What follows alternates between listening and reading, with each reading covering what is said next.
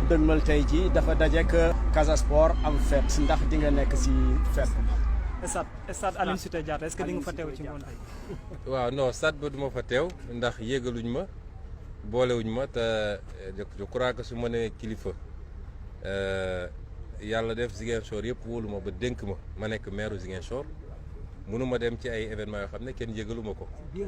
tey ñu ngi dimanche ba waxtu bi may wax du coup de fil du invitation buñ ma yónnee kon mënuma faa dem. Seydou Sané démb nee nañu jox na la invitation yow ak ñeneen. waxul dëgg man nit nag da ngay wax dëgg mag da ngay wax dëgg ba fii may wax nii du invitation bu ñu jot na ko prouver d'ailleurs ndax invitation da nga koy bind te soo demee nañ la ko décharger du invitation bu ma jot du coup de fil bu ma jot ñoom nag tàmm nañu di wax lu dul dëgg mag day wax dëgg man suñ ma joxoon invitation ma dem stade ba ndax Casa Sport kenn ëppalewu ma fa démb barki démb convoqué naa conseil municipal proposé leen ñu voté une prime exceptionnelle de 20 millions pour le Casa Sport kon man suñ ma invité woon ma dem fa rawatina nag su dee coupe du Sénégal ñun ñëpp ñu moom ko te loolu gouverneur moom moo waroon saisir ndax loolu bokkul ak Casa Sport. mais ci dëkk bi nga dëkk yaa ko jiite est-ce que véritablement nekkul tamit nga bañ a xaar invitation dem. comme non kilifa tamit fuñ la wool bu fa dem. xam nga àdduna dafa am nu mu tëree. du question rëy du dara mais kilifa fuñ la woowul bu fa dem ndax soo fa demee buñ la fa toroxalee it yaa ko teg sa bopp. man jàpp naa ne ne serait-ce que pour l'image des Ziguinchorois et de Ziguinchor le minimum yàqul dara ñu ne diw mooy maire Ziguinchor donte duma nañu ci ay élection may loolu weesu na tey man maay seen maire ñoom ñëpp ku soxla kayit man maa la koy signal loolu la yàlla def politique bu jotee ku nekk na dem politique yi man que ñoom ñu may attaqué politiquement musuma leen tontu ndax du ñu samay nawle ci politique yàgg naa ko wax on ne boxe pas dans la même catégorie donc du ma leen tontu samay àndandoo sax duñu leen tontu mais politique bu jotee kenn ku nekk ci ñun xam nga nooy politique man xam naa fu may jaar ba duma leen te du ma utiliser Casa Sport du ma utiliser association religieuse du ma utiliser association culturelle programme laa am ak discours ak image moom laay waxee ak waa Ziguinchor ñu woteel ma nañu bàyyi di yóbbu politique fu politique yoonoom nekkul Casa Sport du instrument politique bu kenn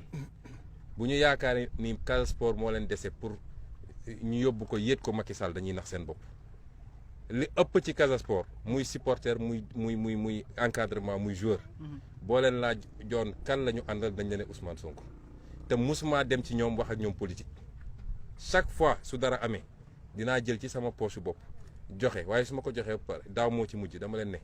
bugguma sax ngeen wax ni Ousmane Sonko joxe na parce que dama ko joxe en tant que supporteru Casa ba may ne xale ba léegi fii dama daan nekk fii di ramasser des ballons bi Casa daan jouer fekk ñu nekk xale donc Casa suñu équipe la donc amul luñ ciy soxla ci politique la ñuy def dañ koy def parce que ci fii la ñu dëkk démb balaa ñuy nekk autorité fii la ñu dëkkoon di ko def rawatina tey bi ñu nekkee autorité kon nañu bàyyi di politiser fu politique nekkul Casa Sport mbirum Casamance yëpp la c'est devenu même un patrimoine national ndax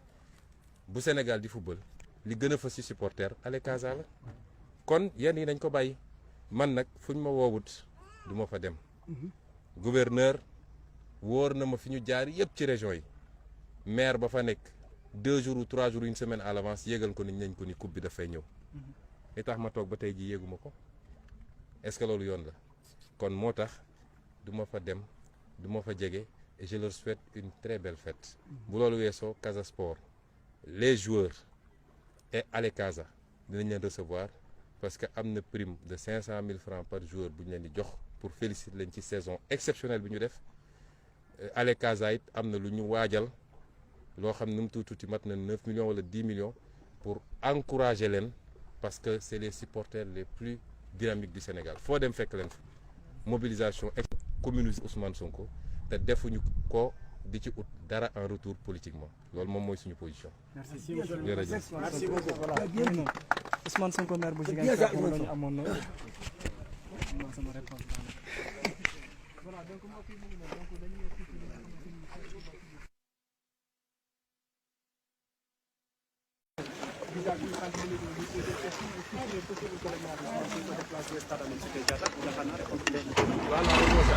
Voilà, très clair.